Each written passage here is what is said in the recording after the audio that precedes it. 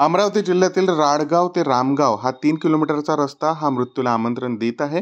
या रस्त्याचे काम पूर्ण झाले नसल्याने नागरिक त्रस्त झाले आहेत। स्वराज्य संघटनेच्या वतीने अनेकदा निवेदन आंदोलन करण्यात आले होते। त्यामुळे आज स्वराज्य संघटनेच्या नेतृत्वात गावातील शेकडो ग्रामस्थांनी अमरावतीच्या मुख्य कार्यकारी अधिकारी जिल्हा परिषद यांच्या दालनात ठिय्या आंदोलन सुरू केले आहे। जोपर्यंत मुख्य कार्यकारी अधिकारी लेखी पत्र लिहित नाही तोपर्यंत ठिय्या आंदोलन सुरूच ठेवण्यात असल्याचे आंदोलकांनी सांगितले आहे।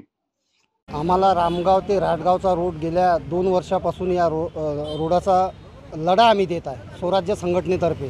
परंतु आम्हाला वारंवार कार्यकारी अभियंता गायकवाड हे पत्र देत आहे आणि यावर्षी करू। त्यामुळे आज 1.5 तासापासून आम्ही सीओ मॅडमच्या दालनात ठिय्या आंदोलन केलं आहे। जोपर्यंत आम्हाला लेखी पत्र देत नाही सीओ मॅडम तोपर्यंत आम्ही इथून उठणार नाही आहे।